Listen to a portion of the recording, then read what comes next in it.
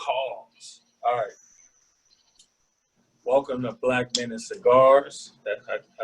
This is Coach Demecos here, fair coach, with the co-host himself, uh, Mr. Mr. Eastern Hemisphere Global Travel, Mr. Well Scholared, married man, new to cigar hobbyist, father, HR representative, executive, and I don't know what other way to bring you in, Mark. Man, Mark. We all know him as just Mark. Hey, they don't even know me as that. You got Mark, you got Mark Anthony, you got the great Marcus Spear. Right. I'm really he everything. don't resemble none of them people, none of them motherfuckers at all. But yo, what's up, man? I'm out here chilling. We All right. ready? All right, bro. Let's get this cracking, man. All right. So to start off tonight, we are going to go with question number one. Oh, do you have the questions? Got them right here. Oh, beautiful. All right. I need you to read out the questions then. We're going to go with the first question because I thought I sent it to my phone, but I did. Yeah, that's what happens when you can't read. Yeah, that's a fact. That's a fact. You got me reading out loud. That's a black man phobia to read out loud. Especially in front of white people. You see them folks on Instagram like, oh shit, what that say? Man, fuck all that. All right, so first question we got, first topic is, what do black men need to do to prepare for marriage? Okay, yeah, that was a good question. So, what do black men need to do to prepare for marriage? First off, let me also just kind of bring everything full circle to get everything cracking off right. So, Black Men and Cigars, we basically are black men who do this podcast. We always share intellectual thoughts and with an insane amount of inappropriate humor with each other that we felt I'm gonna get canceled. Right, definitely counsel worthy. And so we felt that it's important that we share with you all. There's a lot of black professionals in the world who need that, that content that can be both educational and super lighthearted, hella funny at the same time, and we just kicking real shit. We both come from real authentic places, and keep following the journey, support us, subscribe to the YouTube, like the Facebook fan page, and comment, so we know what y'all like to hear and what we need to continue to keep talking about. So that's the show introduction. And now for the first question. And what was that question again? What do black men need to do to prepare for marriage? All right. Yeah. So you are a married black man. I ain't married yet, but I'm damn near close. You know what I'm saying? But I have coached a lot of black men and black women through their marital woes. So I have some type of insight that might be valuable to those listening. So, all right. So start with you since you're the married man. What do you think? What are some things that black men need to know? But that list so long. But the reality is, it start with yourself, right? So I think that all problems have internal and external components to them. But if you always start with yourself, I don't care what the problem is. I don't care if somebody stabbed your tires out. I don't care if you hit a pothole and your whole wheel fell off. Every problem starts with you, because that's the ownership that you can take of it at any point. The only thing you can do is figure out the best thing you can do in this situation, figure out who the hell you are. We both advocate black men going to therapy. That is essential. To me, it's essential to find a therapist that can really help you, because most black people, especially black men, go through so much trauma. They go through a lot of traumatic incidents, hypersexual incidents. You got to figure out, and we just go through it. We joke about it when we get older. We think these things are normal because they're shared incidents. And it's not healthy. It's not healthy for us to understand. No, I mean, that's a fact. I mean, I think at the same time too, though, you can't. There's the getting to a point of learning yourself is always a lifetime journey. Like you're never going to reach a point of a this point where you completely discover yourself, because you can't discover something that's ongoing, that's continuously living. Right, but you could be you can have I wasn't done, but you can experience so much toxicity that operating out of a negative space is your norm, and you never want your baseline to be. It's like let's talk about a sports reference. Kawhi Leonard, he was hurt throughout the playoffs last year, but he still produced in a way that got him a championship. And we think that because we have a certain amount of success in whatever area it is, because we have a certain amount of success, it's the best way to perform, and it's not. Other people might see us. That's why you see people who are depressed, but they are at the top, at what we would think is they're at the top. And if you listen to people like Mike Tyson, when he had the most money, he was the least happiest. The part of us that I'm speaking about is make sure that you are a well-functioning, healthy adult. And healthy adults go through ups and downs in their lifetime. Healthy adults can suffer from seasonal depression and different type of disorders, but it's never about what you're going through. It's about how you overcome it and how you prepare for the next stage of failure, of disappointment, of anything like that. How do you prepare for that? Well, I think that's the biggest key, though, is preparing yourself for that next level of selflessness. Because, getting into marriage, you got to let go of not all, but you got to let go of most of the things that are self-serving and maybe detrimental or hurtful or not comfortable or peaceful, not comfortable for the other spouse in the relationship, the kids in the relationship, the direction of the marriage. So, in order to create peace, a lot of the time, that's going to have to come with a lot of self-sacrifice or self-servingness. Because you're going to think like she's going to want you to do things. She's going to want you to go places. She's going to want you to, she's going to complain about things. She's going to, she's going to have her moods and everything. And you can't often operate from a place of, well, what about me in the marriage? It's got to always, as the man, as the black man, as the foundation of the marriage, you have to always think about, what about we? What about us? And, a lot of the time, because, honestly, a lot of black men who are husbands too, they feel like, emotionally they get put on the back burner, Mm-hmm. and a lot of them feel like, they lost so much of themselves pouring so much into the marriage. But like you said, I think all this goes back to, because if you also look at those black men, most of them don't have any kind of marital training. Most of them have never haven't taken any therapy prior to marriage. I'm not talking about couples therapy, where they can give you the general ass handout of what to do. But most of them never took couples therapy. Took therapy for themselves, for their past traumas, to get to some level of being able to cope with your ego not being massaged. Because I think that's a big factor, that a big divider in the marriages too, is that, the egos. Marriage has no place for the ego. It can't be a me. It's not a me thing. It's a we. And a lot of think. Go ahead. Go ahead. No, my bad, bro. Go ahead. Well, I'm just saying, as the and I'm drinking over here. I don't know what you're drinking on over there. Oh, I got me a Jack Sour. Okay. I got me my little Ciroc. You know what I'm saying, with some fruit water, whatever that is, soda water. Trying to keep it light and tight. Well, gotta get this fat out. So. I was one of the things that we underestimate, and we don't even identify it as much. We interact with women so much that we think that we are effective in our interactions.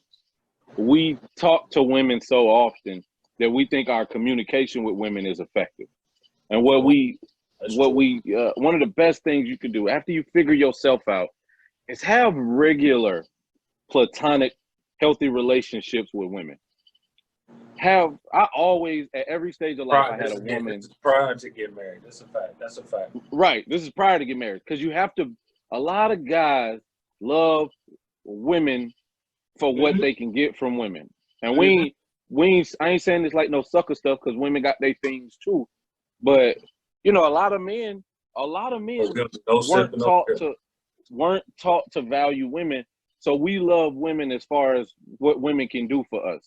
If you attractive and you make me feel better. Value, I would say most men weren't taught to see the humanity of a woman in her fullness, unless it was to benefit him. Right. And that's because why you can value somebody highly, but that value is based on what they can do for you. Well, yeah, it can be superficial. Right. But if you see them as a human, then it's like, oh. And what's funny is, you're right, because when we talk about objectifying women, you're really taking the humanity out of them and saying you are an object for me to obtain, or something about you is something that I just want to obtain and keep for a very short amount of time. And then after I'm done with it, it is what objects are. It's trash. But actually, something is objectification really that bad, or a certain amount of it that bad? It's never about certain amount, right? It's not even about a certain amount of alcohol being bad or wine being bad. It's always when it's exclusively that. So when we talk about objectification, we're not talking about, like, you know, I might, if I'm objectifying, you know, my woman. I'm objectifying to some extent. Right. Sexually exploiting her sometimes, because she might not. She might know that all I want tonight is one thing, and or all she might want one night is one thing, and right. You just might want to pay. Right. It's what? Can't even agree with you, like. But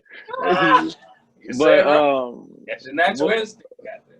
But what the problem is we got to get into healthy platonic relationships with women, so that's normalized. Because now if I got a healthy relationship with them, like I got a healthy friendship with you, I value what you say when you speak. I value your experiences. We have dialogue back and forth.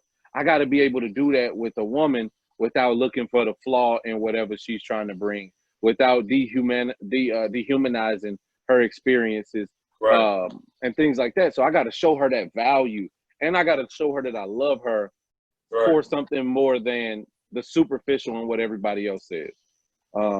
That is as important as finding yourself, because it means nothing to find yourself if you lose the rest of the population because you objectify them, or you don't see them as valuable as even you see yourself or people like you.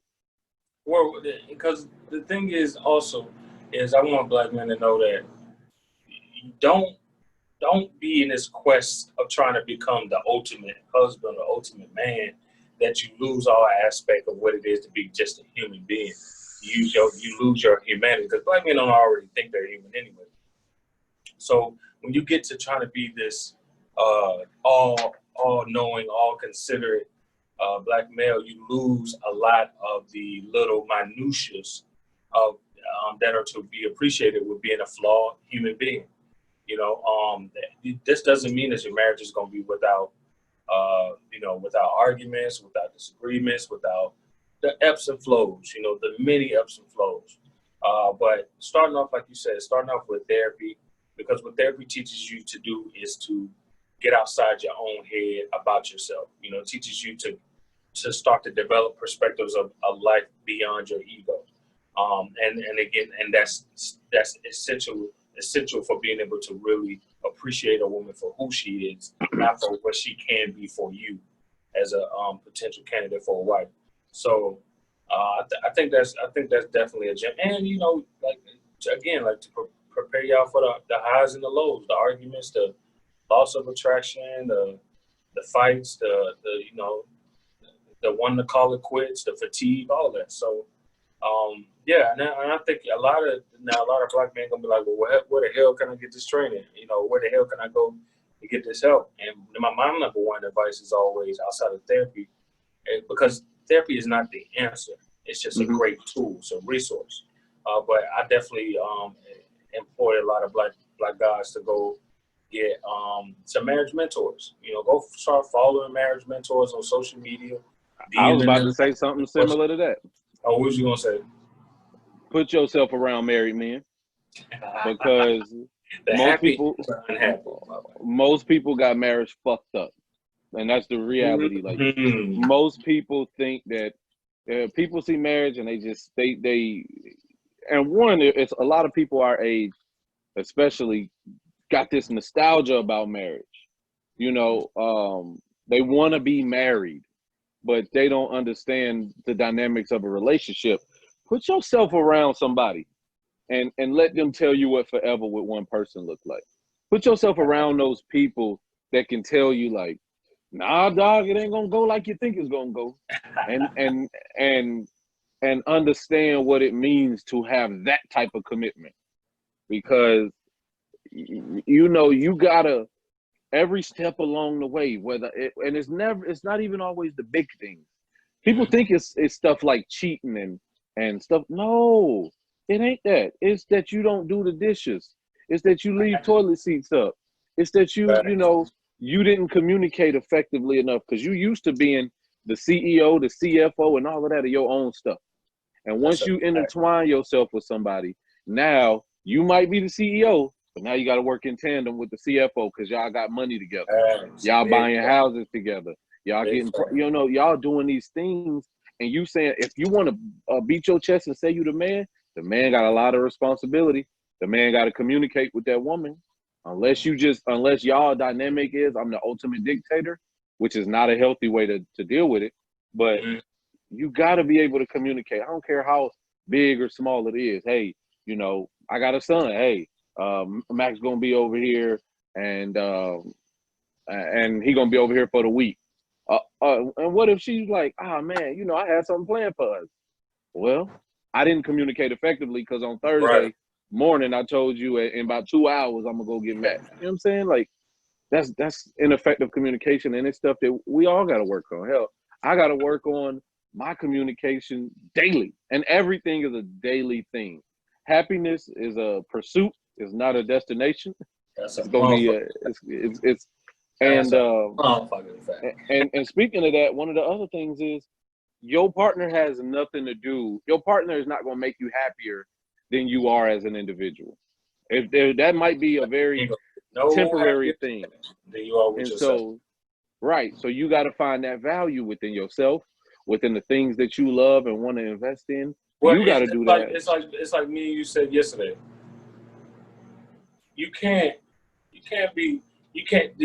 We have this warped perception that our spouse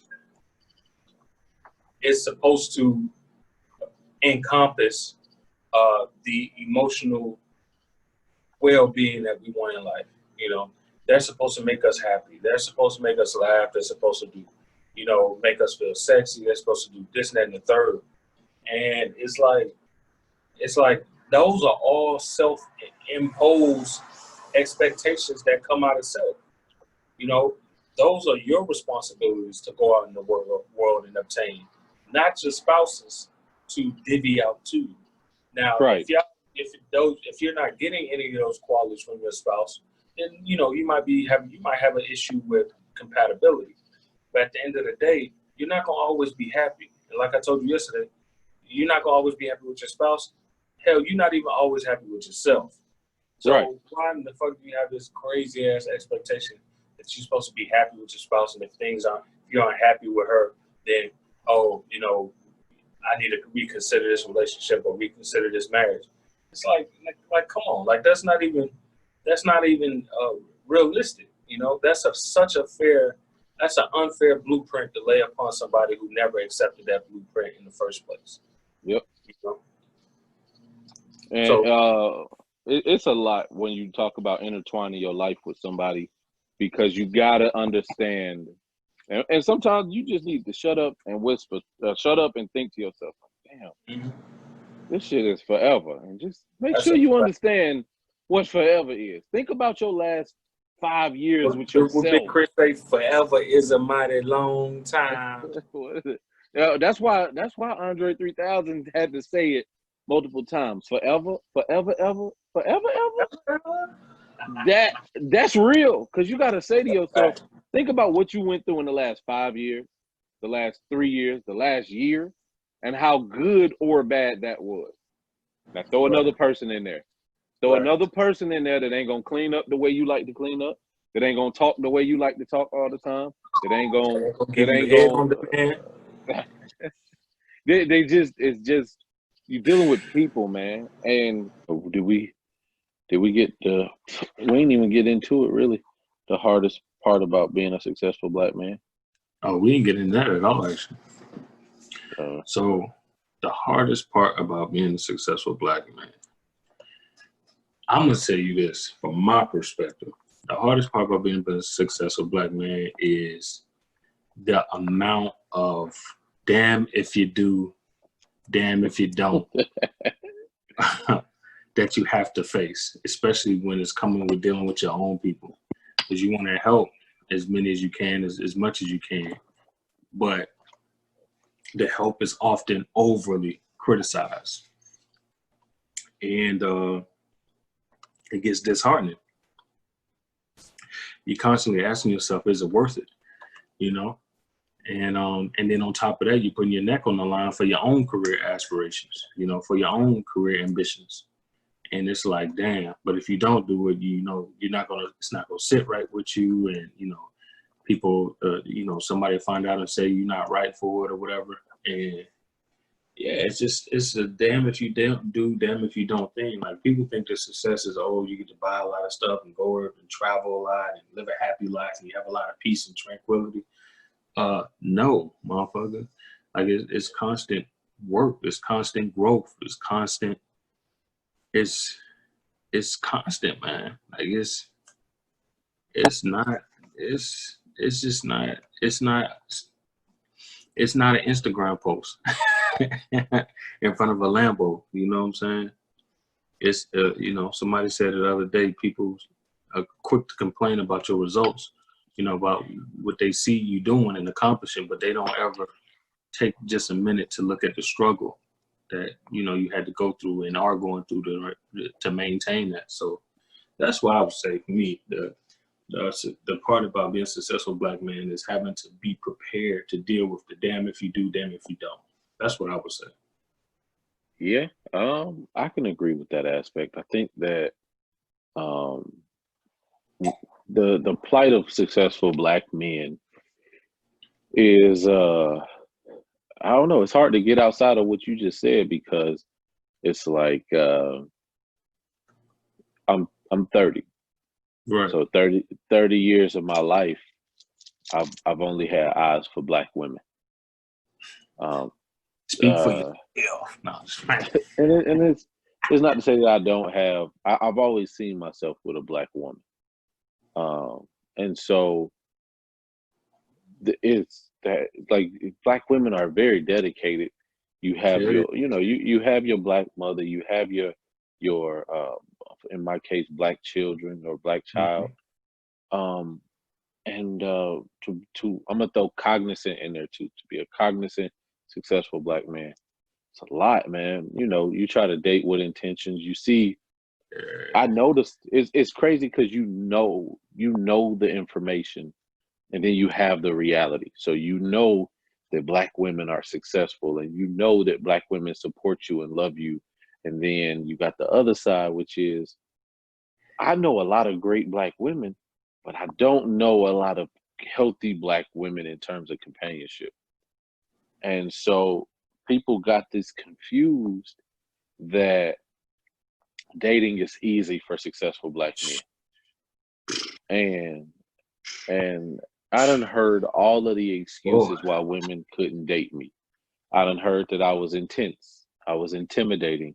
I done heard I was was too ambitious. I was I was told by people who didn't have a vision that my vision was too expansive. I was told at a time or two, well, I got told by a woman who was divorced at like 26 that she didn't want to date a man with a kid because she wanted that kid to be her first kid. And I was like, well, you didn't think that a man would want to, what if somebody kicked you out of the opportunity to date them because they only wanted someone who this was their first marriage? You see how these things can get intense, and that might be a false equivalent, but Yeah, I mean, because I've that's more gotten so just a preference. right, but I've gotten kicked out of opportunities because I love this one. One woman told me she wouldn't date a man if he was she wouldn't date a man if he was a deadbeat father, but I was too active of a father, so she couldn't date me. And my level of responsibility was too high for her, and she wasn't the type for that. So she just wanted to What? relegate. She wanted to relegate me to one space, and I had to fit perfectly in between being an active dad and being a deadbeat dad enough to fit where she wanted me to be. You know what's funny about that is a lot of women gonna say, "Oh, that's crazy," but I completely understand because I completely like the unrealistic standards that don't even match the performance that she has. But it's also just it's just crazy. It's like it sounds crazy to a lot of women probably because they don't date women.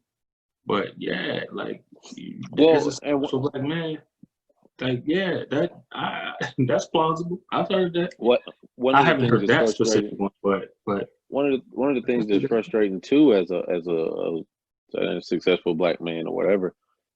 Um, I remember when I wasn't successful, and all I wanted, like I was attached to these people. It was me. I made like $10 an hour with a bachelor's degree, and it was just me and my ambition, sleeping Mm. in like renting out a 1 bedroom apartment in somebody's house or whatever, and it was just my ambition and my wantingness to grow. And when I was told that I was intimidating, and I'm not this like brolicky rah rah type dude. When I was told that, that came to me because she felt like my level of ambition and my wantingness and my knowledge that I tried to give off was too much for her. Mm. And what was funny was I admired the fuck out of her. Mm. She was an entrepreneur. I had actually this I didn't make $10 an hour then. I started making I was probably at like 40 maybe. This was my first job out of grad school. So Okay. this is but the girl who told me that I was too intense, which to me said I was intimidating to her. She was the parallel is I admired both of these women. Now, one woman was just this. This was when I was on my journey for blackness, like trying to figure out how black I was. I So you wasn't Candace. Christian I basically. wasn't. I wasn't Candace Owens, but was I Love Jones black? Was I Color Purple black? Was I, Mm-hmm. was trying to figure out what influence Dr. Umar had on me. Um, I swear to God, that's probably the first place that everybody who start getting in their pro-black start looking. Bill, Oh, did you see what he said? Oh man, the churches. It's the churches. but where that school at though? I digress. Where that Bro, school at, fam? Or bro, he you got just a be handing out babysitting some. service. But shout out to Dr. Umar. Wow, I fuck with He got Dr. a babysitting service. No, I'm just cracking the joke. Oh, He opened up I a was about school to. that's not the school that was promised. Oh, But oh, it's not the school. It's yeah, he opened up a closed down Eckerd. Uh, but no, it's man, the missionaries. just about the chick. I did. I had so much interest in her because hold on,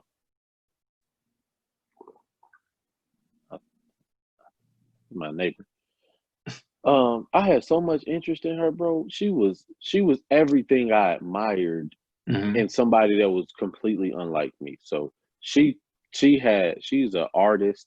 She had her own business and she would create things. And that's an aspect that I'm not really, I'm not that good at art. But she was an artsy person. She had her business set up. She was living on her own. She was creating. And every day I would talk to her, like I would feel inspired by talking to her because she was doing something that I didn't have the courage to do. I didn't have the courage to leave my job and make a way for myself outside of I went the formal route. And she was inspired. She was like, oh man, you educated and you got a master's degree and you speak well and you know exactly what you want. And I was like, nigga, I want you. Well, hold on, because you know some women are listening to that, and they're like, "Oh, see, you dating outside, you know, you dating. That what you get for dating these little project girls. That's a girl. That's a woman that ain't on your level. I was You about know, to say that she because I was ain't about on to your say, level. They love saying now that. look, She ain't on your level. now look.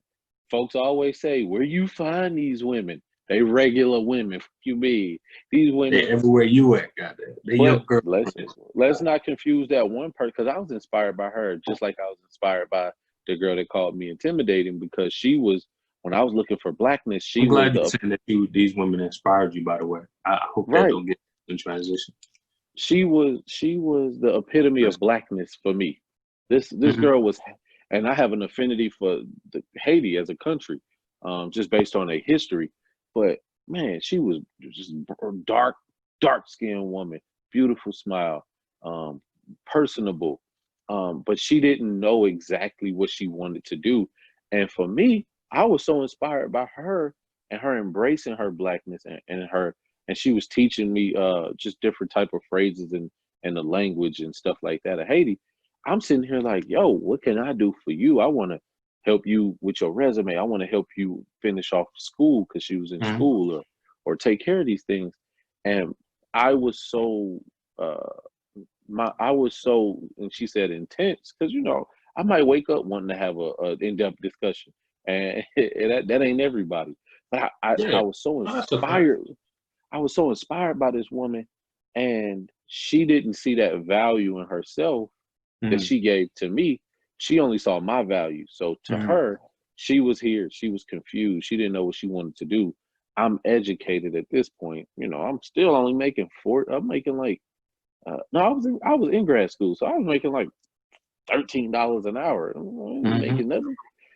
And but she saw my value and my potential here, and I saw her value potential here. I just didn't value myself lower than her. I just saw us as opposites, and somebody that I was driven towards. And it didn't happen because she was like, and now I see her. I see her in her current situation, and I want the best for her, but she is in no better situation than when we stopped talking, because she didn't have, and what I thought I could bring her was a little more focus in whatever the hell she wanted. I feel you. It's very difficult for Black men to meet these compatible women, because what you find is, even with the educated ones, you got traits that society tells women that are valuable. Go get your bag, go be educated. You could be a great entrepreneur. You could be a great mom. It tells you to want a man, but not need a man. And so you don't value the characteristics of companionship like you value the characteristics of being a mother or a businesswoman or an educated person. Well, most black women, because me and you predominantly date black women. Well, you know, about to be married now, so that's over. But black women, like all women, aren't, you know, when they're told to be ambitious and they get that, you know, independence installed in them to go after their goals, which is great. They are told to go after their goals with the mindset of to do for, you know, themselves, or even maybe want to help their community, you know, which is vastly different from why men go after our goals, which is more so to be able to provide for our family one day, you know, unless she might be a mother, so it might be to take care of her kids, but it's never to take care of the whole family unit, the man included, the kids included, all in the household, to be a leader of the family. That's not the mentality most black women don't have going to pursue, you know, their ambitions. Compared to black men, we are to be the providers, right? And so we always have that in near the forefront of our mind, is to go after and obtain the greatest wealth and and power and influence that we can to be able to provide better for our families. That's everybody that's living in this household, and even extended families, our mothers, our sisters, our brothers, our siblings, so our cousins, whoever. And so that's the different totality. That's the different mentality that I see play out when it comes to Black successful men being paired with Black successful women. Is that, like you said, the companionship method. And it's funny because I watched Esther Burrell talk about that today, and I know this ain't a relationship topic, so I don't want to get too heavy on that side. But I see what you're saying, and I just want the people watching and listening in to kind of get a better grasp of what it's like being successful Black men. Like it's not gravy, it's not easy. It may look cool, it may look good, it may look like it's comfort and convenient, but it's constant battles. It's constant battles at work, it's constant battles in your business, it's constant battles at home. You know what I'm saying? Constantly. Like you have to go through these woes with your people.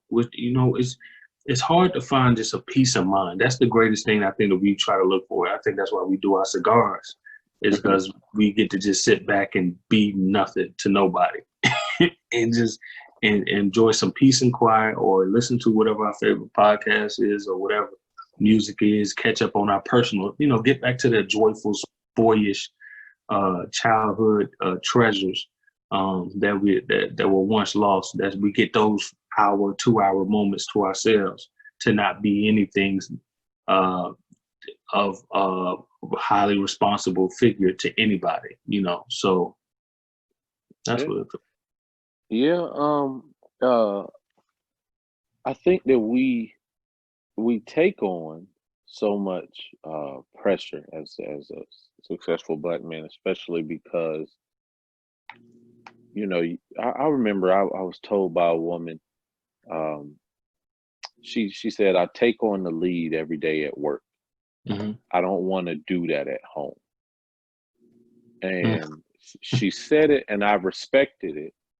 But what she was missing is, if I, as an educated Black man in a professional setting, do the exact same thing as you, do you not consider that I might not want to take all of the responsibility? I'm telling you, they think no matter how small it is, like it's a burden to and don't think that our pride does not allow, like our pride is there, but don't think that exhaustion don't set in. I'm telling you, because if I'm married and if I have children, I got to plan for me. I got to plan for my wife. I got to plan for my kids.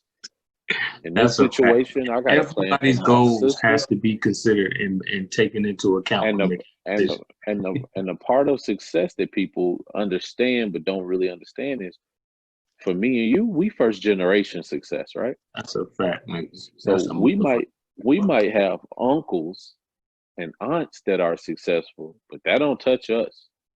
So that means you got 2 siblings on your mom's side. And you the oldest. There's a sense of responsibility for you to, if they get into a quarrel or an issue, you got your grandma who, and I'm not talking about yours, but mine's and the Black experience. Yeah. You got your grandma who probably broke. You got your mom that's probably broke. You got your siblings that's probably broke, and then you got your kid that's dependent on you. So in that situation, as a successful Black man, and me being a college educated from person and having a master's degree, they look at me and they say, oh, well, my sister, she 18. She don't know how the world works. My brother, 25. My grandma, and they when you're the only person that has resources, that you feel a sense of obligation to your family. That's a fact. You feel a sense of community with your family. In my case, I see myself as a resource. So I want to naturally help my family be where I'm at.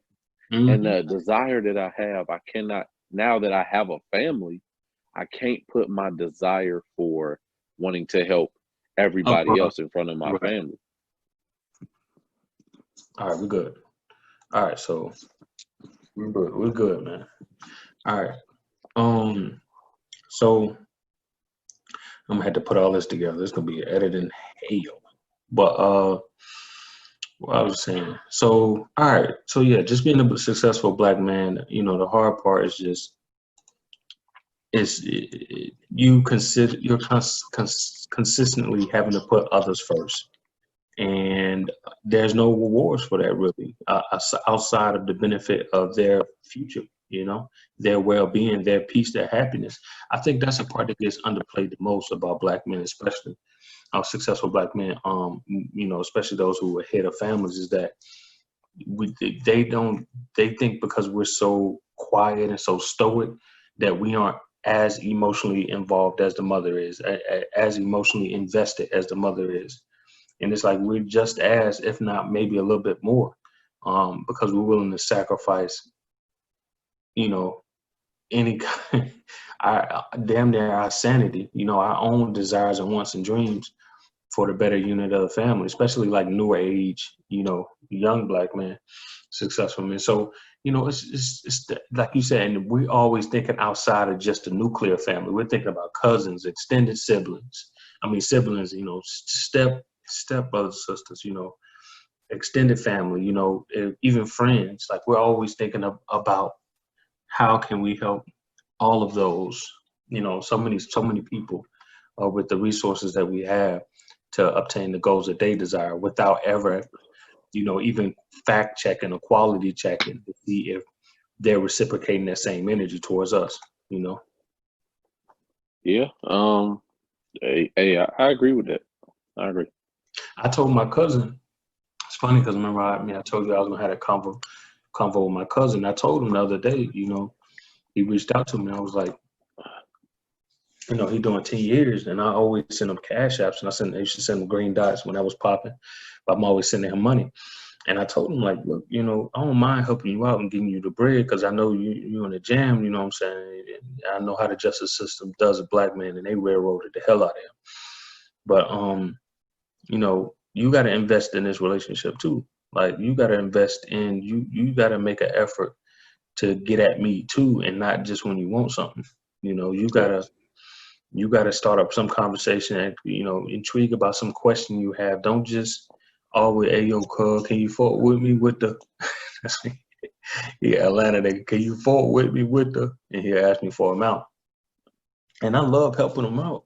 It's just that, like you said, you get to that breaking point for so many people that you always see yourself as a successful black man trying to help better others. So many people, especially ones that you love, that same energy isn't reciprocated, and you get burnt out. So he received the information well when I told him that. He's like, yeah, you're right, cuz it's only really been fucking with you and my mom and my siblings ain't really been, I ain't been talking to them. So he's like, you right, cuz, you know what I'm saying. So he's like, I'm gonna reach out more. So I was like, and of course I sent him some, you know what I'm saying, but it's important, and it's not even just for me. It's for me to teach him the value in building relationships. Like that's how you build your network. Is building your network. That's how you build your net worth, by building your network. You know what I'm saying? So, because it ain't always what you know. It's most of the time who you know. Yeah. So, but yeah. So before you got any closing comments on this topic before we move on to the next one? Regarding successful black men. Yeah. Things we go through. I would say to people, number one, fellas, let's go back to the previous one. Fellas, you got to value yourself and make sure that you place yourself around. It gets much easier when you place yourself around individuals, especially black men who have value for themselves and they want to do better. Everybody got ideas, but not everybody come up with functional solutions and plans and things like that. Put yourself around those people and make sure you ain't never the weakest link. And yeah, man, the black men, we gotta have a better value for ourselves to help us, because we spend so much of that time thinking about other people that we can get lost in our own personal. I'm telling you, bro. Yeah. Shit, man, that's constantly a thing, man. You right on that. You right on that. And just to piggyback off that is that you know, self-preservation. If you don't take care of yourself first and foremost, you're not gonna be able to do all those things that you aspire to do for those people that you love. You know what I'm saying? So uh, that's shit. That's what I got for 'em, you know. All right, up next we got what advice do you got for young black boys that's coming up right now? Okay. Um, man, I think I definitely want to start with that one, with a response to that one, because we both done an extensive history of mentoring. That's something that's really passionate for both of us. And you said advice for a young black man? Yeah, man, what you gonna tell them when they asking you like, all right, what we got to do to come up? Oh yeah, I mean, shit, the number one thing is resourcefulness. People think that you're never going to have enough to obtain what it is that you want to obtain. Any goal that you have, you're never going to have enough. You're never going to have enough money. You're never going to have enough um, opportunities. You're never going to have enough time. You're never even going to know enough. But the key to obtaining everything you want in life is resourcefulness. It's all based on resourcefulness. How resourceful can you be to get to what you need to get what you need to get to what you want? And you know, a lot of that is based around curiosity. You have to pursue your curiosity. Develop a curious mind about the things around you, the world around you, especially the world that you want to go into as far as career-wise or trade skill-wise, and ask around and try to ask specific questions as possible. But again, all that just comes with curiosity. You know, you have to be curious enough to seek out that curiosity that you have and to get the answers for that. And in doing so, you're going to develop all types of connections and all kinds of information. And that's valuable because when you get in a jam or when you're ready to take off or make your next step or make your next move or your next play, you have so many resources to pull from that, it gives you a competitive advantage, so even though a setback to somebody else won't be a setback to you, and most people won't be a setback for you because you have you know how to resource what you need to get back on your feet or to get ahead or get out your situation. So that is the key. For me, it was the internet growing up. It was getting online, being able to Google stuff. AskJeeves.com was the thing then. But getting online to be able to Google, Ask Jeeves, information I needed. And for nowadays, with the younger generation, is the phone. The phone is, like I said, you was talking earlier, is the greatest resource tool ever known to man, because you can get so much out of it with very little effort. All the opportunity in the world lacks within that little phone. As long as you have a connection, you can make damn near anything happen. Just give it some time and continue to pursue your curiosity. You can make magic happen on that phone. You can build your wealth off that phone. So many things you can do on it. What you think though? What you got for them? I would say, for me, one of the biggest thing I would do, or best piece of advice, is very similar to you. You gotta figure out how you're gonna be an asset to people. Mm-hmm. I don't care if you want to work a job. I don't care if you want to be an entrepreneur, and you think you don't never have to answer to nobody. You got to figure out how to be an asset to people, and like you said, be resourceful. We not raised with people that have an understanding of the professional world all the time. Mm-hmm. And so what we have to do is, or those that people that can be they have outdated information about the professional world. But go ahead. yeah. And so what I would tell a young black boy to do: find people that are smarter than you and put yourself around them. the misconception is that people who have knowledge don't want to give it to people. Mhm. People who have knowledge always want to give it to people. I'm always looking for mentees. I'm always wanting to help somebody, and the best thing I would rather give you, as the podcast is, $1 million worth of game than to give you the actual money, because what they say, if I give you that money, what you gonna do with it besides blow it if you don't have the knowledge to apply that and either save it or flip it or make it into something that's gonna work for you in the long run. So for young boys, you gotta have mentors. You gotta be intentional about who you put yourself around. And everybody got an idea, not everybody got a plan. So when you trying to go out and pursue your dreams or whatever, put yourself around them people that work like you work. Put yourself around the people that work harder than you. Because if you see somebody working harder than you, you're gonna do two things. You're gonna fold and say, man, he outworking me. I'm gonna hate on him, I'm gonna do whatever. Or you're gonna be like, man, I ain't working hard enough. Let me go out here and work a little harder. And especially when you see he got integrity behind his work, you're like, damn, he doing it the right way too. He ain't got no shortcuts and nothing. He just busting his ass, and he getting rewarded for it. Shit, yeah, you gonna take to that. Yeah, that's a fact. And the other aspect is understand. Like, black men got to get out this. Young black boys especially got to get into the mindset that I'm gonna live a long time. You gotta say it to yourself, because if not, everything you do is gonna be to gratify that moment. Short term. Because that's a good point. When I was when I was 10, I didn't know if I would live to 30. Like, I never thought about living to 30 years old, because that's an old man for you to about. Right. Most of the 30-year-olds I knew were absent because they was in jail, absent because they was dead or strung out on drugs, and we couldn't be around them. And then the few that made it, we didn't see them anyway, so they was absent too. So it wasn't a lot of men from the ages of like 27 to like 40. I had a lot of uncles.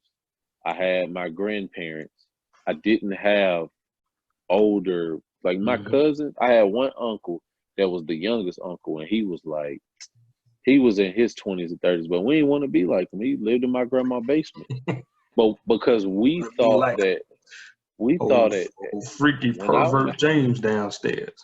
No, it wasn't even like that. But we thought, when you 10, you thinking, oh man, he 21, he should be out on his own. You got this false perception, and you don't realize that at 21, you still trying to figure this out.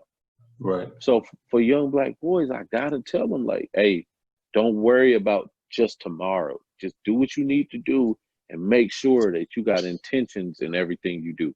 Make sure whatever you're doing today is gonna put you in a better position in a year from now, 5 years from now, 10 years from now, 15 years from now. Because if you don't do that, you always gonna get stuck in how to make the most money today. And it might be a very temporary thing. It might be a very short-sighted thing, and it won't put you in the position that you want to be. I had to take my $10 an hour job working at a staffing agency so that I could get those skills. I could have worked at a call center and made more money, but I had to make that $10 an hour job because now I get that $10 an hour job, goddamn triple, quadruple, you know what I'm saying? It's not, it's a way different. I had to do that. And we got to understand the importance of small things. Like you said, if the young boy doesn't see himself becoming 30 years old, 40 years old, plus if he doesn't see himself having a long life, then he's going to always make short-term, risks that's going to jeopardize the rest of his life. So you're right. Yeah, you got to make those investments up front to pay off later on. You're right. Yeah, man. And so for me, and I tell people this when I do my career coaching, you have to network, and you got to seek a mentor. Because the networking, you only networking with people who are in positions to help you. Because if you do what I said prior, is make yourself a resource, you're going to be helping them. So it's a mutually beneficial situation. But you always need somebody to teach you the game. And that that's a fact. But I want to say that you don't have to do traditional means of networking, going to events. You can network on social media, social network. But that's what it is. That's 100% of what's going on right now. Going out in the world, you can network anywhere. But that's 100% of what's going on right now. You fact. got this social distancing and stuff. You can't just walk up to strangers no more. They going, oh, bro. The best thing you could do right now, go on LinkedIn, just flood your whole. I remember when I got on Facebook, everybody that went to when I was going into college, I don't give who you was. I'm adding everybody that going to the college I'm going to, because by the time I get there, you need to know me. I need to know you, because I'm you know what I'm saying? Whether we want to throw a party or whatever, I already got the network situated. That's what you need to do on LinkedIn. Anybody that got I didn't go to college, right? But that's what you need to do professionally. Anybody. Well, what if he's a young boy though? You know, he ain't even got to that level yet. We talking about like teenagers, still in middle school. You know, still not bathing 3-4 days a week. You know what I'm saying? We talking about him. He need to hear something as well. Well, if we talking about somebody that young, just start figuring out what's going to be for you, because at that age you got to create that value in yourself. But at that age, put yourself. If it's three male teachers, if it's 3 male teachers at your school, you need to know all 3 of those male teachers. If it's 3, well, I don't know. What if they corny as fuck? You know what I'm saying? But that don't mean he don't have no value and experience, right? I didn't say. Well, yeah, I think because he also, I think he should find somebody, a male teacher that has an influence on him that he likes. Like he has, that male teacher has something that he wants to possess for himself. Because this male teacher that I had that I thought was trash, and if I see him as an adult today, I'd be like, yeah, you still trash. Right. I don't disagree with that shit. I got to call out a couple of teachers that wasn't shit. Right. But the reality is, if you don't know them, find out who they are first. You can be corny, but we know that the nerds in school now, the niggas that was nerds, doctors, lawyers. Yeah, but I ain't talking about corny as far as nerdy. I mean corny as far as like. But that's just one level of corny. But that's why I said. Yeah, I'm talking about corny is like he's a lame guy. He ain't ambitious at all. He got no muscles. None of the girls like him. Think about it like this: if you got three teachers, coward. It's only 3 teachers, right? It's only 3 teachers. One of them gonna be the PE coach or the football coach or whatever. You know what I'm saying? You know what I'm saying? It might be another, and it's gonna be 2, and then probably you can't. But you need to figure out who they are, because you might not know what you can get from them. Yes, one out of them 3 might be corny. Go holler at coach. You might not even have his class. You might just need to holler at him. He gonna give you free game, because teachers love to talk. Teachers love to give you information. Go holler at them. Just be like, hey, coach, what's up? You know what I'm saying? And the problem that adults have is they gotta stop being too buddy-buddy.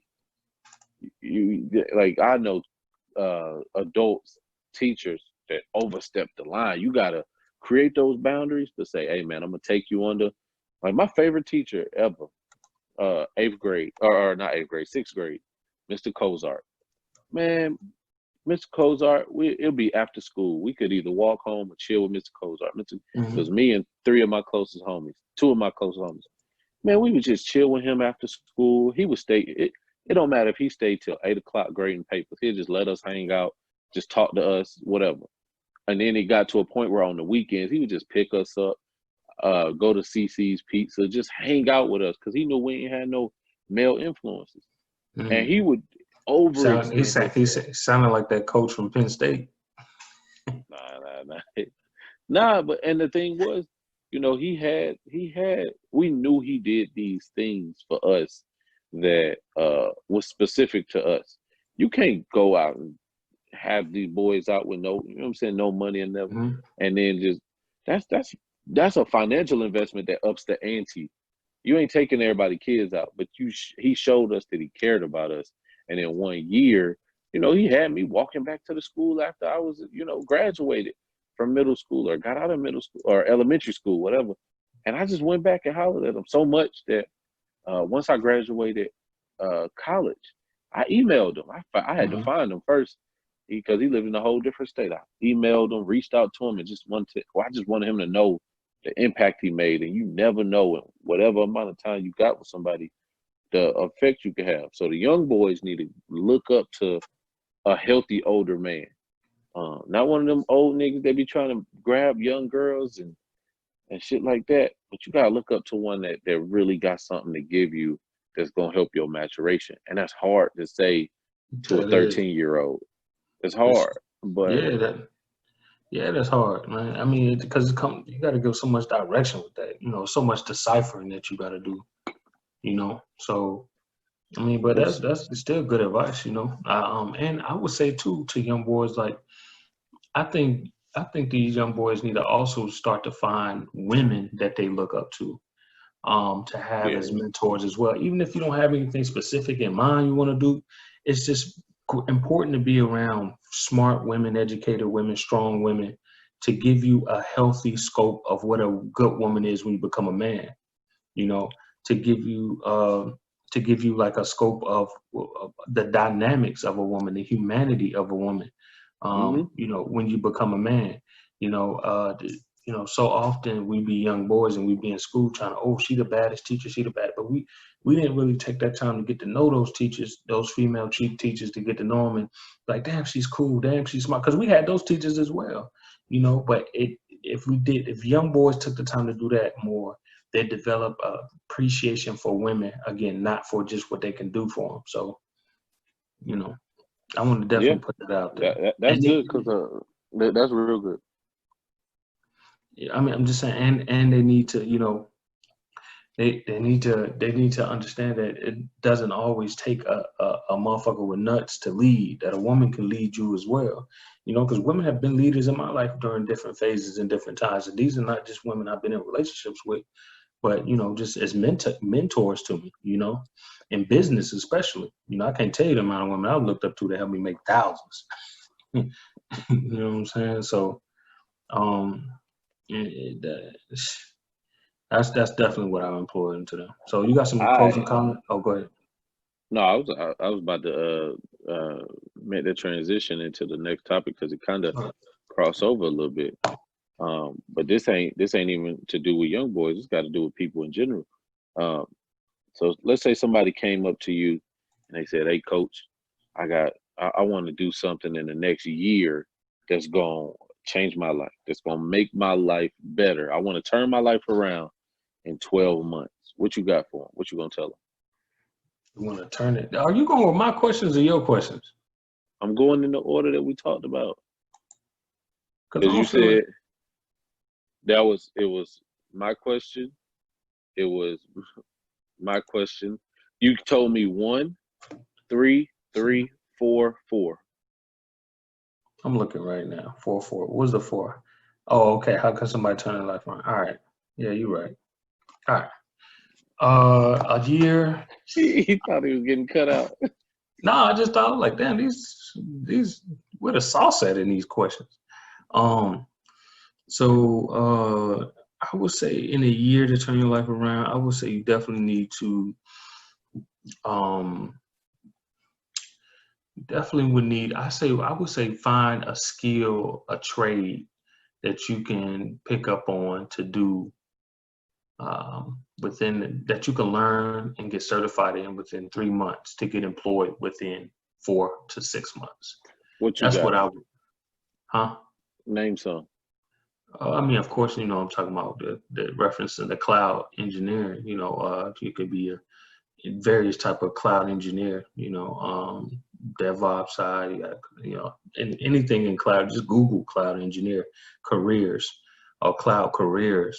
And well, what if I got a record or something, coach? What I'm gonna do if I got a record? Well, the IT is one of the most forgiving industries you can operate in with multiple felonies. But I mean, not even just IT. If you don't want to work with computers, people came me, oh, I don't like computers like that. We got Instagram accounts, Twitter accounts, Facebook accounts. You know what I'm saying? But anyway, I mean, you can any kind of skill or trade. People undermine skills and trades because they're not fancy and not pretty, and they don't get to take all the glorious pictures. But you get paid in the motherfucking fields. You know what I'm saying? You get cashed out in the motherfucking fields. Like you know, plumbers, you know, motherfuckers who drive forklifts, motherfuckers who do timber, CDL motherfuckers. drivers, I motherfucking ain't going. Esther. Nah, we ain't going too far now. Them motherfuckers, I mean, I'm just playing. Now, see a You CDL driver. No, that's a fact. CDL drivers, yeah, yeah. whatever, dude. Listen, you can be an esthetician, bro. Esthetician, And bro. That we nail tech, the black nail tech, they man, this dude making 6 figures, bro, doing nails. You can go learn how to do nails. It ain't even gonna take you a week. They got week training to go and do nails. And you can go in and become a baller boss. You know how many black women would love to get their nails done by a good-looking black man or by a black man, period? Like, come on, bro. So, like I said, the opportunities are boundless for what you can do. You just gotta find a skill or trade that you can learn within 3 months, get certified in, and then within that same time period, and then get employed or be able to launch a business within 4 to 6 months, a profitable business. So that would be my number one thing to get their life turned around. While in lieu of doing that, doing a lot of going on YouTube and getting a lot of self-development material that's free on YouTube. You know, self-development is key, is important because it teaches you how to develop yourself in ways that's going to be necessary for you to flourish in all aspects of life. Not even just because they're all intertwined. How you are in your personal life at home affects how you are at work and vice versa. So getting that inside you fixed and repaired and nurturing that up is essential to getting you to, you know, be able to help you turn that life around. we talked about this earlier. This ain't on the script, but if I got $700 and I want to be a life coach, Oh, and I see a program, I see a life coach certification that's $700. What should I do, coach? What am I doing? You better run for the motherfucking hills if you see something that say, come get your certification for $400. Because I tell you what, 700. Cost for 700. a life coaching certification for $700, I wouldn't even suggest you pay $100 for a life coaching certification, because you got to ask yourself, what is a life coaching certification? That means some programs saying we're going to teach you all aspects of life, on how to be a professional, all aspects of life for only $700. Get the hell out of here. If it's not a niche when it comes to coaching that somebody's offering a certification on, don't buy it. If it's a niche, then buy it. But if it's not a niche, do not buy it. You're wasting your time. Your best bet is to find a niche, meaning how do you want to help people? When I say how, specifically how, just like how I don't care if like it's coaching people coaching single mothers how to build healthy relationship with their baby daddy, or coaching black men how to become personal trainers and build gyms, or coaching black men on how to deal with that anger. It has to be a niche base coaching certification program. Otherwise, if it's not niche based, it's a waste of time and money. They're gonna give you a lot of general training, fake certificates with all these fake accolades on it. They're gonna give you this bland ass blueprint worksheet that you're gonna work through to fill out your coaching profile, that you're gonna find online for Google for free. And you're gonna come out the end and they're gonna kick your ass out the door, and you're gonna be like, all right, well, where's my clients at? They're gonna be like, well, good luck, motherfucker. See you later. And that's it. They're gonna hit you on Facebook and hit you on emails, put you in their email newsletter and Facebook and LinkedIn page, and they're gonna hit you with all kind of links and messages to their next training. And to join their next training or to upgrade and buy a book or go to your class, graduation class, or we're gonna reunite here at this hotel. Fuck that. Okay, listen. If it's not niche based, fuck it. All right.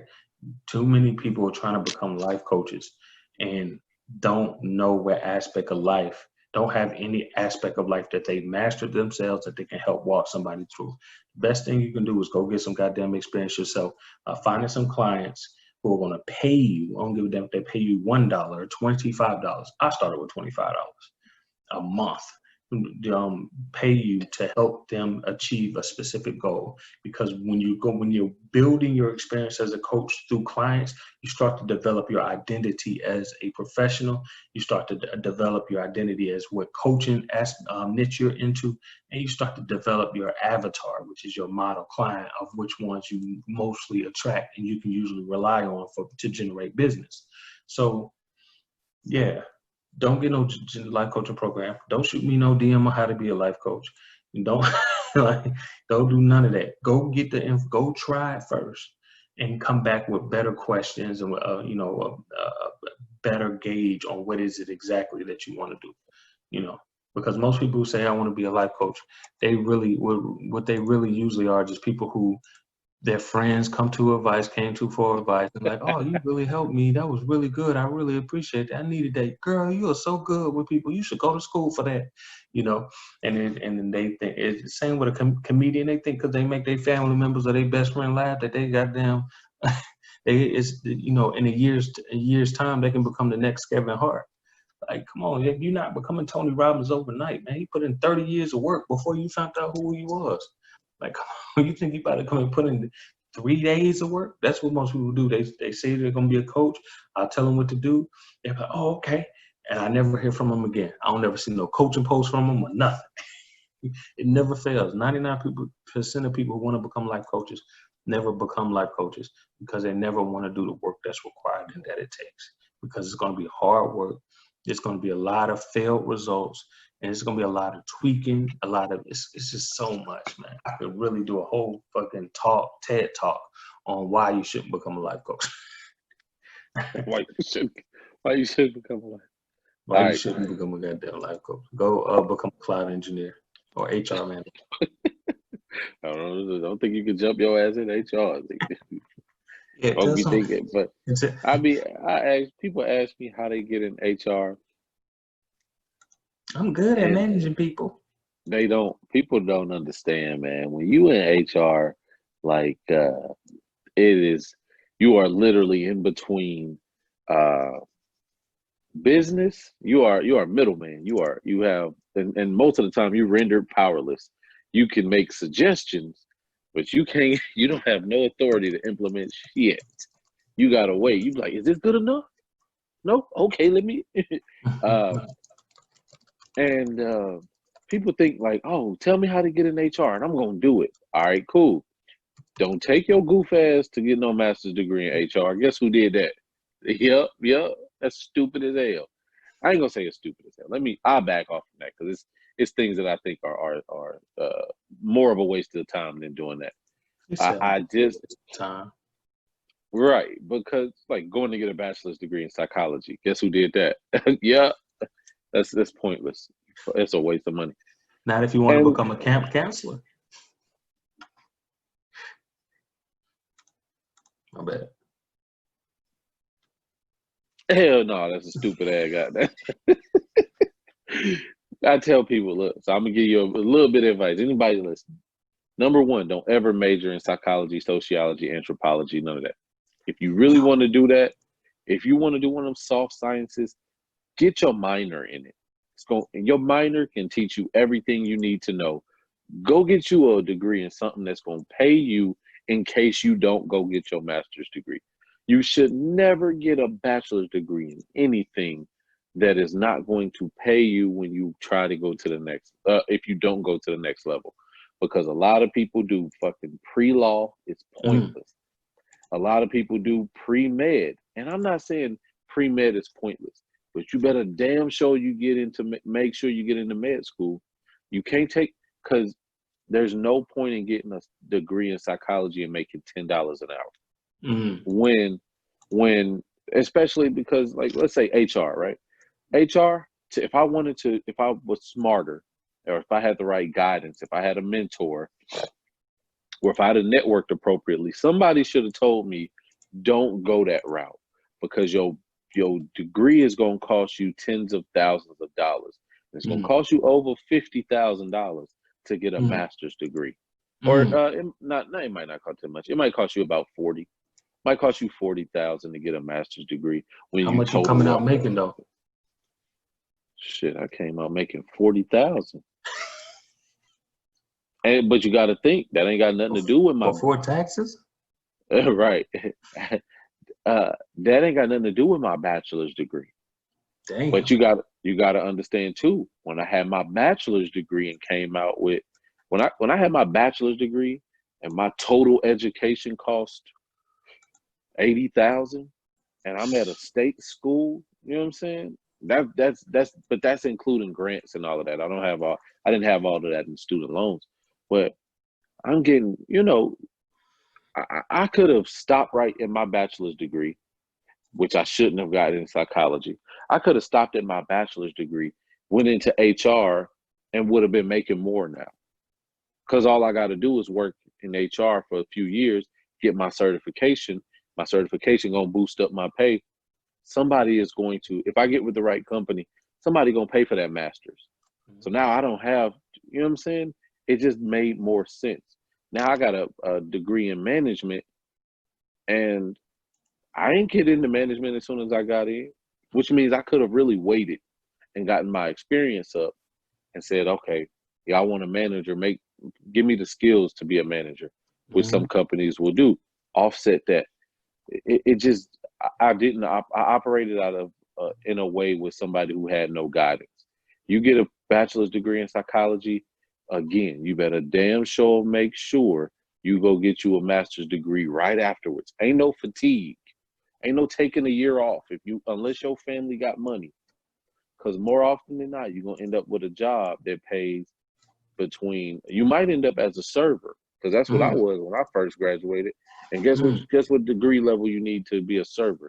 Nothing. You could drop out of high school. You could drop out of middle school and be a damn server. Can you read the menu? No. Then can you memorize the menu? If somebody tell you, you got a photographic memory, son. That's a fact. But you gotta be able to read. You just gotta be able to listen to somebody read it to you. Wait, what's that word again? What's a bruchette? But you what's that? But people got HR fucked up, because at the bottom level of HR, you ain't making no money. And you think that I went to college, I know HR law, I know the HR systems, in which they don't teach you in school. I know HR practices, and you think because you worked in some other area that you could just transition in and make $60,000-$70,000. Yep. It's not gonna happen. You're not trained enough. You don't know hold on, HR. no, Mark. That's not what they told me on the brochure when I first did the school visit. That's not what they said. Fuck the brochures, because I can come out making $70,000 and I can work at a big corporation. People think they're gonna come out and make the average salary of their profession. And you could be 5 years in and you still won't touch that.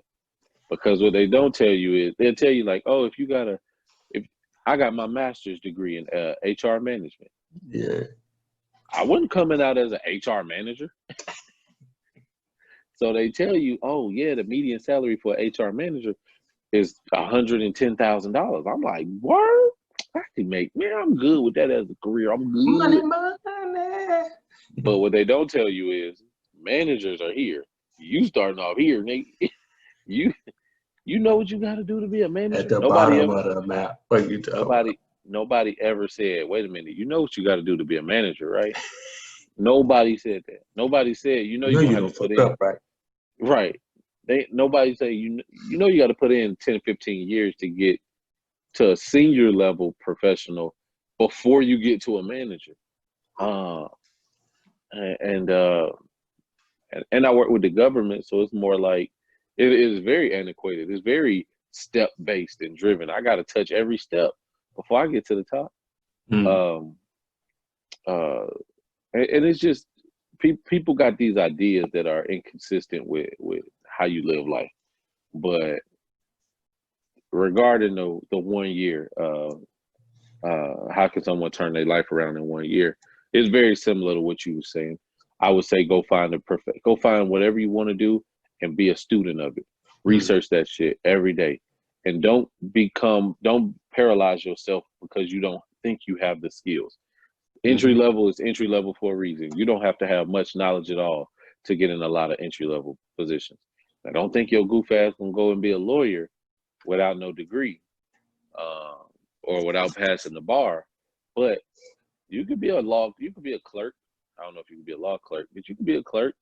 You can go file papers. You can go be an office assistant and find your way into these things, or maneuver your way into it by taking the right steps.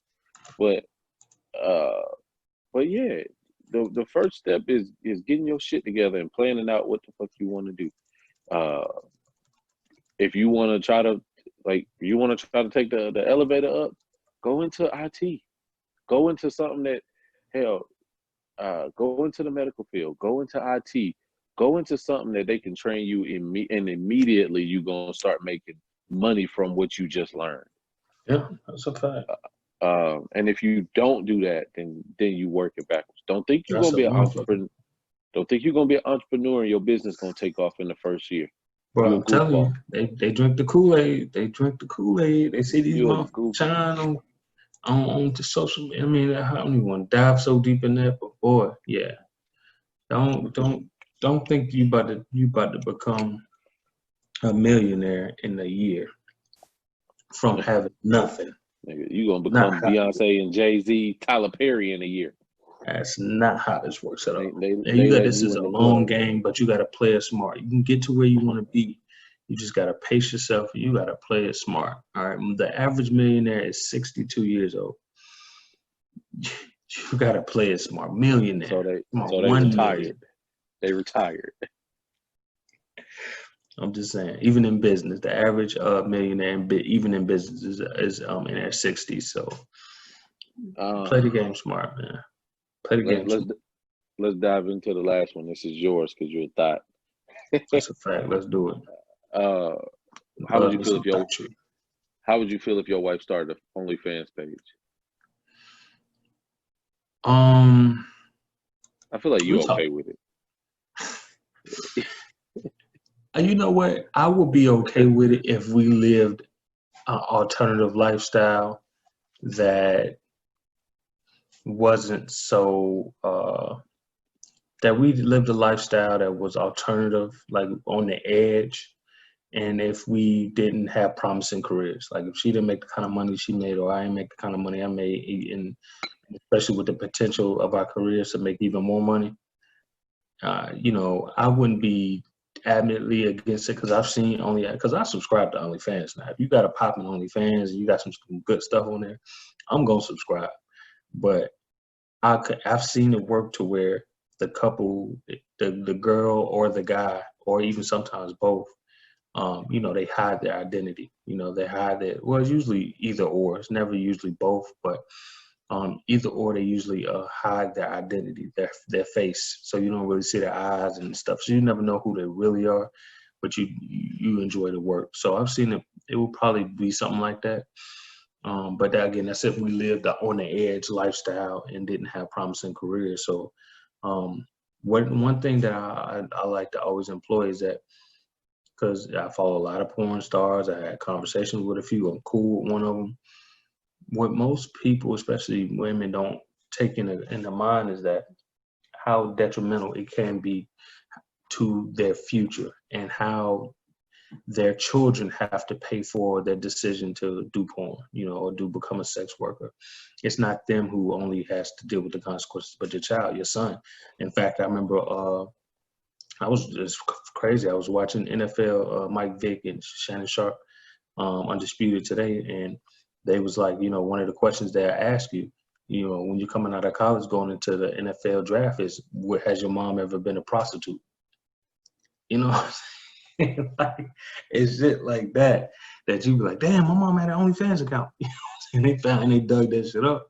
Or your kids get bullied at school or whatever, constantly having to look behind your back, constantly getting harassed, your son getting harassed, all type of, it's those consequences that, and I understand a lot of women looking for a quick buck. They looking to, it look fun. It look like, they love to have sex anyway, so they might as well get paid for it. I get the whole idea behind it. They stripping and they find this is a safer route to, make their money in the industry. I get it. You know, again, I'll say always look at the consequences of it all, especially if that's a dude behind it. The scene's trying to egg you on to do, you know, sex work. It's like he ain't the one doing the sex work a lot of the time. He your pimp, really. He your manager, quote unquote. But he ain't the one that got to risk his career and jeopardize his identity being out there as you. And on top of that, most women don't make the money like that. They look at some of these accounts that go viral. You know, some of these girls making six figures a month, nearly 6 figures a week. They say, oh, I can do that. Yeah, but you're not making the kind of sacrifices those girls are doing. Man, and that's, I'm gonna stop you right there, because that's the motherfuckers that I need to talk to. Because motherfuckers get to thinking that listen, you ain't the best at your profession right now.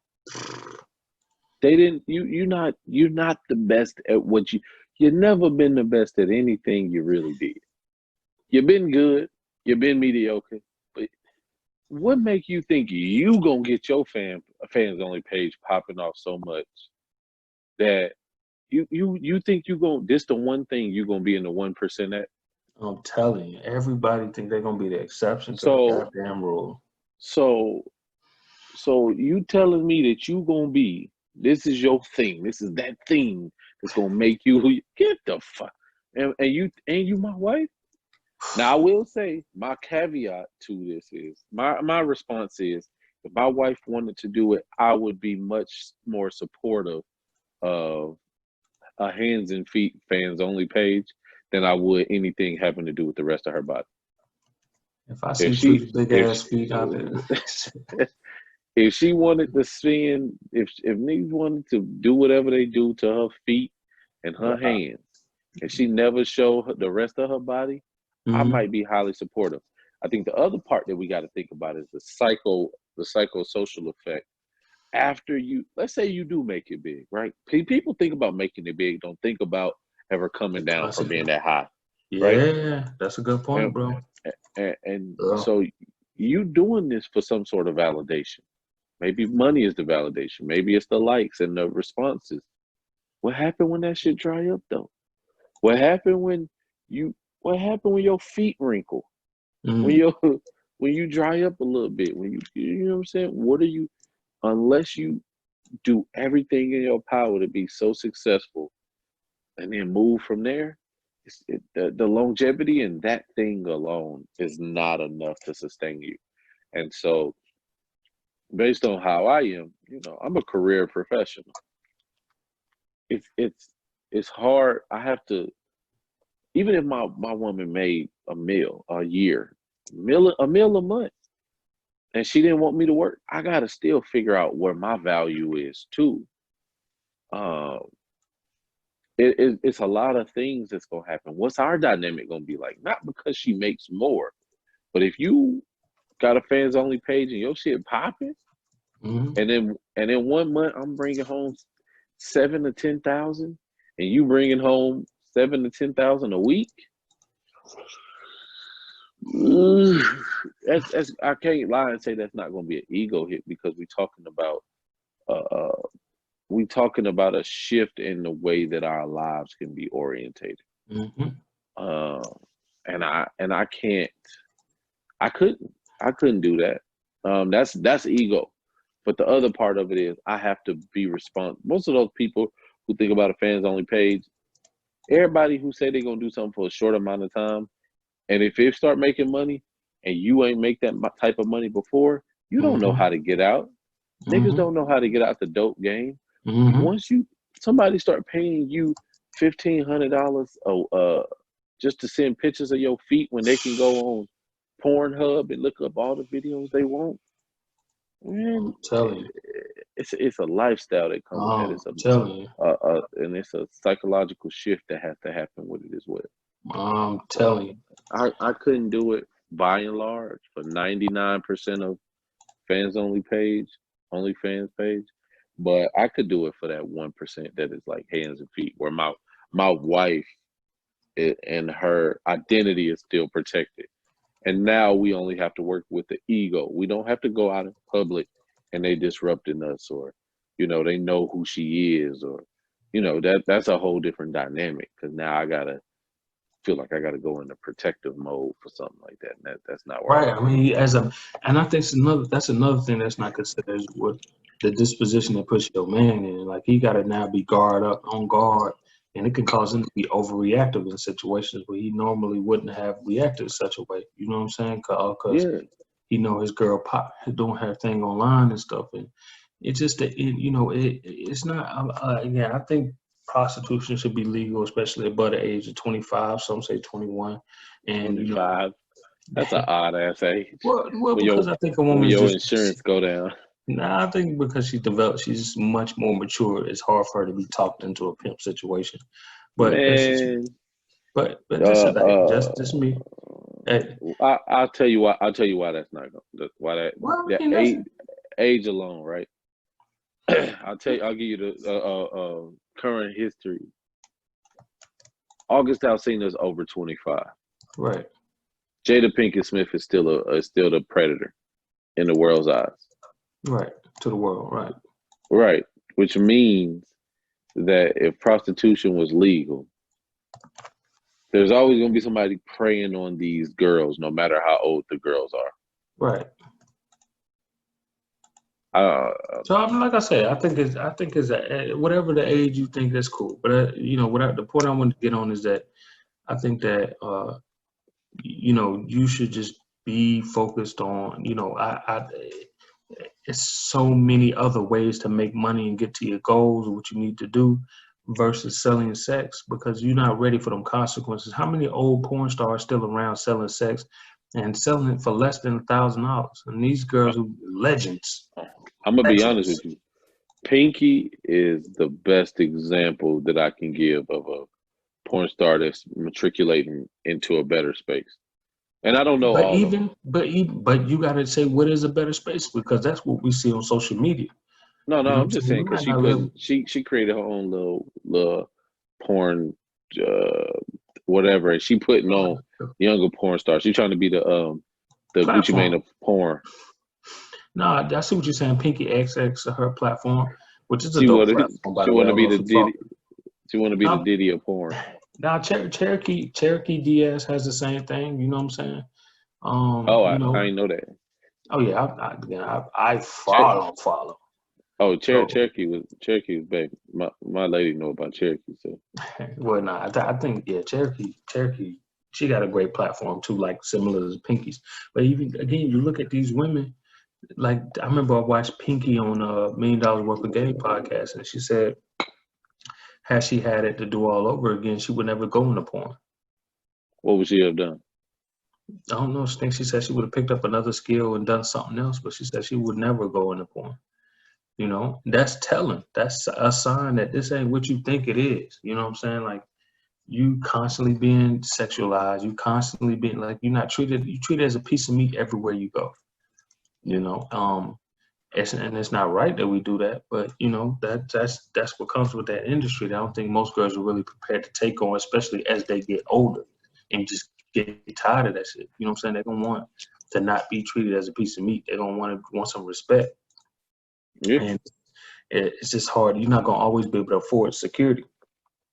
So those are things you gotta always, I guess, consider. Mm-hmm. So my girl, when it first came out and started popping, my girl would have arguments about that, and I'm like, no, not about her doing it, but she would try to justify women doing it. And I just was like, you don't understand what I understand. Like this, just because OnlyFans is the new wave right now, it's a wave, it's a fad. It's gonna, webcam and sex cams have always been around. But trust me, most girls never make the money that the top girls make. And what's gonna happen when the smoke clears? Exactly. And you're gonna be at the bottom, then you're gonna find yourself in compromised positions where it's hard for you to get employment or a business is going because it's hard for you to get clients to take you serious in the private sector. Because they seen sex work online is gonna be hard. And now you find yourself in a compromised position where you're willing to compromise your integrity to do things sexual to be able to keep up with the lifestyle. You know what I'm saying? To keep up with the bills. You know what I'm saying? So That shit get real tricky, man. Real tricky. I always say look at what the average person is doing in the industry before going into the industry thinking you're going to be the upper the exceptions to the rule. You know what I'm saying? So because it's a Yeah. large percentage between girls who making 6-figure a month to girls making And 100 that's a month. what Nothing a I month. tell 1,000 a women. month. Women You seem still so got to shocked. invest in equipment. You got to invest in that shit. Like, Women seem so shocked because I tell them the same thing about strippers. Like everybody thinks strippers make 6 figures, $1 million and shit like that. I'm telling you, Mo3 But just said that the other day on his Say Cheese interview. most people don't understand. For every highlight headlining Magic City stripper, it's 300,000 ain't shit strippers. For you think and it's some women in Magic City that ain't making money like that. That's making regular salaries. But you gotta Not understand, even man. regular. Not even regular. But just you gotta think too, like a lot of Why these you think women that dancing for $5, they might get $5, bro? even if they $10 maybe. even if they get $500 in a night, even if they getting $500 in a night, that's a good night. You dancing for $5 dances and $10 dances. You got to get 50 dances off while you got all of this competition around you who But got listen, flat stomachs. but on top of that, you gotta tip out. You gotta cash out the club. You gotta cash out security. You gotta And cash out bartenders the bartender. You what gotta cash and out the people that help you get the money, pick and the the money life you up. live and the life you live, you probably in there drinking, you probably in there smoking, you probably in there, you know what I'm saying? Whatever you got to buy your food while you at work because you ain't about to strip on no empty stomach. But that's a date. Everything taps into it. And again, we in Atlanta. There's folks out here dancing for $5 dances, like $5, The $10 fact, dances. Like how busting it the wide. money don't add up. They don't You got justify the ends, bro. right, They and people mostly think single. Think about it. These are some of the most baddest women in a way where they're in the environment to make them seem like the most desirable women in the world. You know, because when you go to strip club, it's low lights, it's low, dark, semi-dark, it's little light, glowing lights everywhere. They make up everything is customized to look like the most desirable women in the world.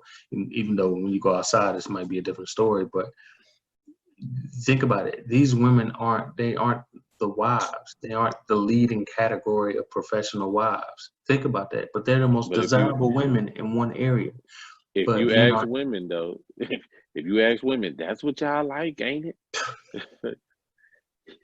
Number one, It was yes, so we like simple. it. Right. Number one, yes, we like it. Number two, we like it now, not forever. Like, fuck wrong with you? Why do women think men are so immature that We like it up until this $200 limit. right, I'm gonna let Future have her. The fuck you mean? Future can give her a house. She ain't about to have my kids. Mm-hmm. You can get wild. Right. What are you talking Can't about? leave that to Future and Drake, man. They live that life. I can't take no stripper to no networking event with me at work. I can't take no stripper to no to no holiday party, no Christmas party. Right. I mean, you know, that's the thing. Now again, we fuck with strippers, you know, but our viewpoint is the longevity of it all. Like and we fuck with the strip club heavy.